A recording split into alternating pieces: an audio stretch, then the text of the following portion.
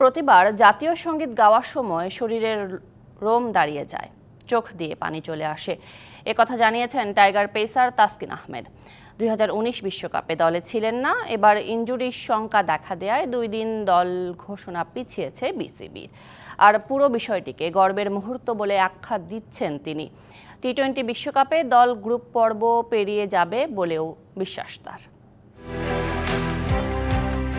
2019 সালে বিশ্বকাপে যেতে না পারা তাসকিনের কান্না এখনও যেন চোখে ভাসে। সেই সময়টাতে হয়তো প্রতিজ্ঞা নিয়েছিলেন এমন কিছু করবেন যার জন্য গোটা দেশ তার অপেক্ষায় থাকবে।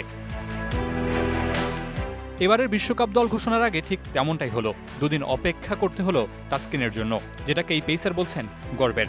এবার দেশের জন্য দিতে চান প্রতিদান। দলটা যখন পিছাইছে, একটা জিনিস আমার মনে পড়ছে যে একটা সময়ে 19 বিশ্বকাপের আগে আমি মন খারাপ করে মিরপুর স্টেডিয়াম থেকে চলে গেছিলাম। সেই বিশ্বকাপেই আরেকটা বিশ্বকাপে আমার জন্য দল পিছাইতে 2 দিন পরে দিছে। এটা actually proud moment as a player. চেষ্টা করব এই সম্মানটার ভ্যালু দেওয়ার। বারবার ইনজুরিতে ছিটকে গিয়েছেন তাসকিন, আবারও ঘুরে দাঁড়িয়েছেন।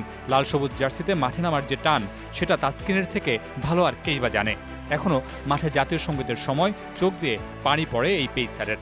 প্রত্যেকটা বারই যখন জাতীয় সঙ্গীত গাওয়া হয় আমার গুজ বাম্প হয়, এবং এমনও হয়েছে যে বেশ কিছুবার আমার চোখ থেকেও পানি পড়ে গেছে যখন আমি জাতীয় সঙ্গীত গাই।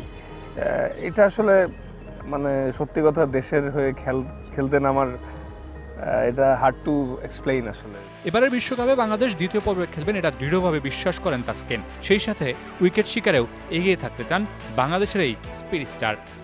আমি খুব বিলিভ করি আমাদের দল ডেফিনেটলি সেকেন্ড রাউন্ডে যাবে ইনশাল্লাহ। Mamunur Rashid, DBC news, Dhaka. নগদে 500 টাকা বা তার বেশি পেমেন্টে পেতে পারেন ঢাকায় জমিসহ 20 কোটি টাকার পুরস্কার।